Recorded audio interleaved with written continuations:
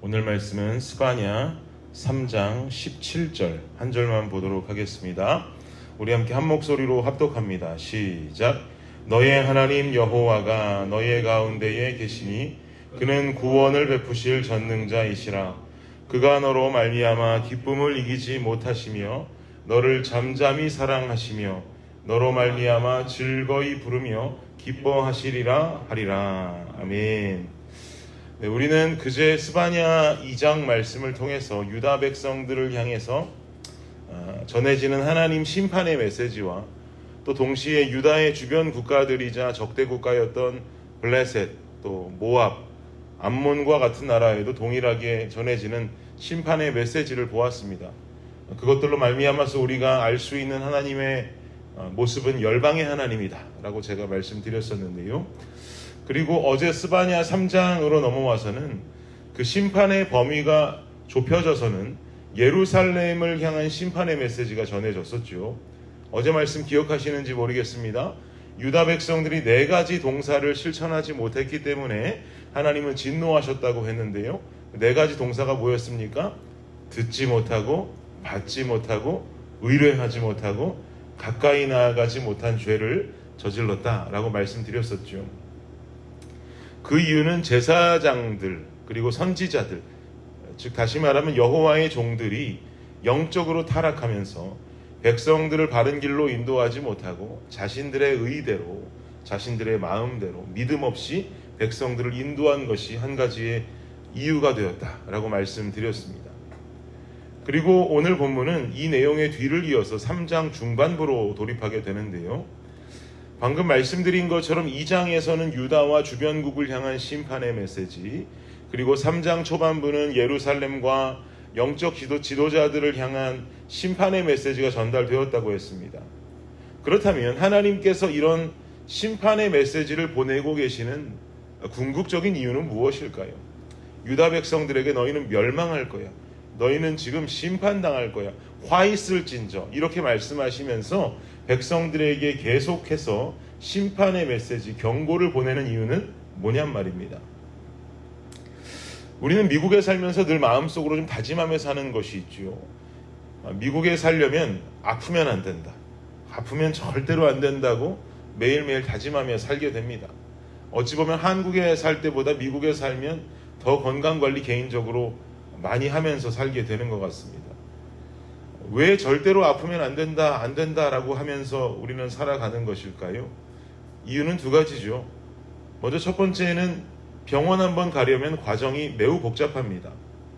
먼저 패밀리 닥터가 제 건강에 이상을 체크해야 되고, 이상을 발견해야 되고, 건강에 문제가 발견되면 스페셜한 닥터에게 찾아가서 또 자세히 진료를 받아야 되고, 그리고 진료를 받고 수술이 필요하면 수술하기 위해서 수술하는 닥터를 또 만나야 되고, 또 수술하려고 날짜 잡으면 내일 모레 일주일 뒤에 해주는 게 아니라 수술 날짜를 몇 달을 기다리기도 하고, 제가 주변에 보니까 내년에 수술한다는 사람도 있더라고요.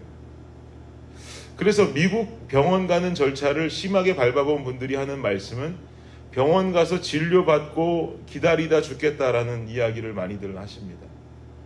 그래서 미국 살면서 아프면 안 된답니다. 2번째로 미국 살면서 아프면 안 되는 이유는 뭡니까? 병원비가 대단하죠. 한국처럼 8,000원 내고 나오고 10,000원 내고 나오는 수준이 아닙니다. 어떤 분이 이런 말씀 하시더라고요. 아무리 아파도 미국에서 구급차는 부르지 마라. 만약 실수로 누군가가 나를 대신해서 구급차를 불렀다 할지라도 절대로 타지 마라. 타는 순간 입장료가 1,000불이다. 혹시라도 구급차에 타게 되었다면 절대 발라주는 후시딘도 바르지 마라. 후시딘 바르는 순간 300불이다. 그분 그런 이야기 하시는 이야기를 들으면서 저도 굉장히 웃었던 기억이 납니다. 그만큼 병원비가 비싸단 말입니다. 그런데 저는 이런 미국 병원에서 감동을 받은 순간이 있었습니다. 언제냐면요, 응급실로 들어가든지 구급차를 탔든지 수술을 했든지 아픈 부분이 다 낫게 한 뒤에 일단은 퇴원시켜준다는 사실이 저는 좋더라고요. 그리고 나서 병원비는 천문학적인 숫자가 됐든 얼마가 됐든 나중에 집으로 우편을 통해서 날라온다는 거죠. 사실 우리가 상식적으로 생각하면 병원비 안 내면 퇴원이 안 되는 것이 한국인의 정서 아니겠습니까? 근데 미국은 일단 고쳐놓고 본다는 거예요. 그리고 아무리 천문학적인 숫자의 병원비가 나와도 병원의 개인적인 어려운 사정을 어필하면 자신들이 병원에서 가지고 있는 펀드로 도움을 주기도 하죠. 그래서 저는 병원비가 비싸다 해도 일단 목숨부터 살려놓고 보는 미국 병원의 자세가 참 좋습니다. 다시 본문으로 돌아와서 보면 유다를 심판하신답니다. 블레셋을 심판하신다 하고 모압과 암몬을 심판하신답니다. 그리고 예루살렘을 심판하신답니다. 이 심판의 이유가 뭐냔 말이죠. 죽이기 위함입니까? 아니면 살려놓고 보자, 살리기 위함입니까? 하나님의 심판은 사랑하는 당신의 자녀들을 심판하고 멸망하려는 것이 끝의 목적이 절대 아닙니다. 하나님의 심판의 목적, 경고의 목적은 멸망이 아니라 구원입니다. 죽이기 위함이 아니라 살리기 위함입니다. 그래서 하나님은 선지자를 두시는 겁니다. 너희는 이러다가 죽는다. 너희는 이러다가 멸망당한다. 심판당한다라고 미리 외치고 있는 경고의 선지자가 존재한다는 것이 갖는 의미가 바로 이것인 거죠. 돌아오라는 겁니다. 하나님 떠난 백성들, 죄 가운데 있는 백성들, 이제 하나님 곁으로 돌아오라는 거예요. 너희들이 돌아오기만 하면 심판이 아니라 멸망이 아니라 생명을 얻게 될 거야 라고 하는 경고의 메시지를 계속해서 전하는 겁니다. 죽인다고 하니까 죽이기 위함이 아니고, 멸망시킨다 하니까 멸망시키기 위함이 아니고, 제발 좀 돌아와라. 내가 너희를 얼마나 사랑하는데 너희들이 돌아오면 내가 너희를 복줄게, 너희를 지켜줄게, 너희를 살려줄게 하는 메시지가 지속적으로 이 무서운 말씀을 통해서 우리에게 전달되는 것이죠. 폭풍은 몰려오는데 그 가운데 손을 내밀고 있는 하나님의 분명한 팔이 있다라는 말입니다. 그래서 하나님은 늘 사랑하는 백성들을 구원하실 때에 남은 자들을 준비시키십니다. 온 백성들이 타락하고 심판을 당해도 살려두시는 남은 자가 있다라는 것이죠. 오늘 본문이 되는 3장의 12절 13절을 보십시오. 12절 13절 함께 한번 읽어볼까요? 시작. 내가 곤고하고 가난한 백성을 내 가운데에 남겨두리니 그들이 여호와의 이름을 의탁하여 보호를 받을지라. 이스라엘의 남은 자는 악을 행하지 아니하며 거짓을 말하지 아니하며 입에 거짓된 혀가 없으며 먹고 누울지라도 그들을 두렵게 할 자가 없으리라. 아멘. 여기 계속해서 반복되어 언급되고 있는 단어는 남은 자라는 말입니다. 성경 전체는요, 타락과 패역한 시대가 있지만 그 가운데 하나님 앞에 바로 서 있는 구원의 남은 자가 성경 속에서는 늘 존재하고 있습니다. 이스라엘의 남은 자는 악을 행하지 아니한다, 거짓말하지 아니한다라고 지금 읽었던 12절 13절에 말씀하고 있죠. 사실 지금 이 선지서의 주인공인 스바냐도 어찌 보면 남은 자예요. 왜냐하면 우리가 어제 말씀을 통해서 기억해 보면 선지자들이 어떻다고 그랬습니까?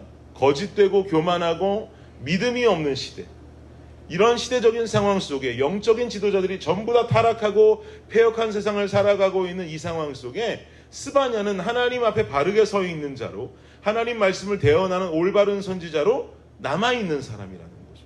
이렇게 하나님은 사람을 남겨둔다는 거예요. 구원하시기 위해서. 사랑하는 여러분, 우리가 살아가는 이 세상은요, 참으로 어둡습니다. 점점 칠흑같이 어두워지죠. 야, 이렇게 죄악된 세상이 돼서 괜찮을까? 이렇게 죄로 물들어서 괜찮을까 싶을 정도로 세상은 점점 어두워집니다. 교회는 어떻습니까? 교회는 점점 세속화가 되어갑니다. 성도들은 어떻습니까? 성도들도 믿지 않는 자들과 구별됨 없이 살아가는 사람들이 많아집니다. 성도여도 맥주 한잔 마시고 와인 한잔 마시는 것은 대수롭지도 않게 여기는 사람들이 점점 많아져요. 그리고 그렇게 살아가는 것 당당하게 말하고 깨어있다라고 말합니다. 영적인 나시린들이 점점 사라지는 시대입니다. 나시린이 거룩을 잃고 세상에 동화되어서 살아가면 이게 삼손 되는 거예요. 삼손. 결국 세상의 힘을 다 뺏기고 나약하게 세상의 종이 되어서 살아가는 삼손의 모습처럼 살게 되는 거죠. 세상은 어두워지고 교회는 세속화가 되고 성도는 세상에 동화되어 살아가는 것이 당연하고, 목회자는 성도 눈치 보면서 복음은 쏙 빠진, 복음은 사라진 설교하는 것이 일반적인 시대적 상황이 되어가고 있는 현실 속에서 우리는 남은 자가 되어야 할 줄 믿습니다. 어두운 세상 속에 빛이 되어야 하고, 세속화되는 교회의 물결 속에 하나님 중심적인 교회가 되어야 하고, 성도는 세상을 순행하는 성도가 아니라 세상을 역행하는 영적인 나시린이 되어야 하고, 목회자는 성도의 눈치가 아니라 하나님 눈치 보면서 복음 외치는 자가 되어야 합니다. 이것이 바로 남은 자가 갖는 모습이죠. 저는 우리 블레싱 교회가 이렇게 되었으면 좋겠습니다. 사랑하는 여러분, 남은 자가 되십시오. 악해지는 시대 속에 말씀의 빛을 들고 걸어가는 남은 자가 되십시오. 이렇게 살아가는 것이, 생각해보면, 세상의 기준으로 생각해보면 세상 속에 외톨이로 살아가는 삶의 지름길이고, 세상 속에서 바보로 살아가는 삶의 지름길이고, 또 아무도 세상 사람들 나를 인정하지 않고 저거 예수장이라고 손가락질을 당하는 모습이라고 생각이 드십니까? 세상은 그렇게 할지 모르죠. 그러나 세상은 우리에게 손가락질하고 세상은 우리를 핍박하고 조롱할지 모르지만 하나님은 그렇지 않습니다. 우리의 삶은 하나님 경외하는 삶을 살아야 하지 않습니까? 남은 자들을 향한 하나님의 약속은 너희 바보 될 거야, 너네 멸망할 거야, 너희는 아무도 지키지 않고 손가락질 당할 거야가 약속이 아닙니다. 남은 자를 향한 하나님의 약속은 우리가 상상할 수 없는 약속입니다. 그 약속이 어디에 있습니까? 우리가 읽었던 17절에 있는 겁니다. 다시 한번 17절 보십시오. 읽겠습니다. 시작. 너의 하나님 여호와가 너의 가운데에 계시니 그는 구원을 베푸실 전능자이시라. 그가 너로 말미암아 기쁨을 이기지 못하시며 너를 잠잠히 사랑하시며 너로 말미암아 즐거이 부르며 기뻐하시리라 하리라. 아멘. 여러분, 이 말씀으로 되어진 찬양 잘 아시죠? 너의 하나님 여호와가 너의 가운데 계시니. 이 찬양이 남은 자들을 향한, 남은 자들의 고백이 되기를 간절히 원합니다. 그저 우리가 마음 다해서 아름다운 선율에 빠져서 축복의 찬양이구나라고 생각하며 부르면 그거 안 됩니다. 축복의 찬양 맞는데요, 아무나를 향한 축복의 찬양이 아니에요. 남은 자들을 향한.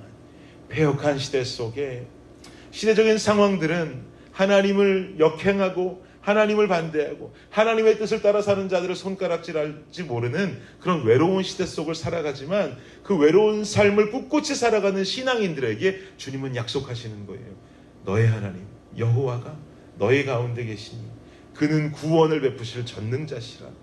너희는 하나님의 기쁨이 될 것이다. 너희는 하나님의 사랑이 될 것이다 라고 말씀하는 축복의 말씀입니다. 패역한 시대 속에 남은 자로 주님의 기쁨이 되고 주님의 사랑이 되고 또 주님의 노래로 살아갈 수 있는 저와 여러분이 되시기를 예수님의 이름으로 축복합니다. 기도하겠습니다. 하나님 감사합니다. 너의 하나님 여호와가 너의 가운데 계시니 그는 구원을 베푸실 전능자이시라. 그가 너로 말미암아 기쁨을 이기지 못하시며 너를 잠잠히 사랑하시며 너로 말미암아 즐거이 부르며 기뻐하시리라 하리라. 아멘. 주님, 이 말씀이 오늘을 세상 속에 살아가는 우리 블레싱 성도들의 삶 속에, 세상은 모두 이렇게 사는 것이 똑똑하다 말하고 세상은 모두 이렇게 사는 것이 지혜롭다 말하나 주님 뜻이 그것이 아니라면 주님 뜻을 외로이 쫓아가는 우리들의 삶 속에 임하는 축복의 말씀이 되기를 간절히 원합니다.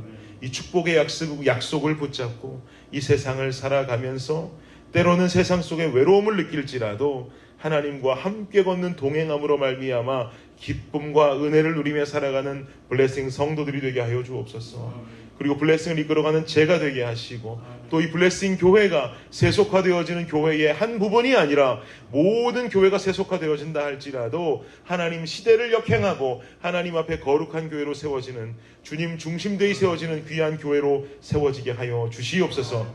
감사합니다. 이 모든 말씀 예수님의 이름으로 기도드립니다. 아멘.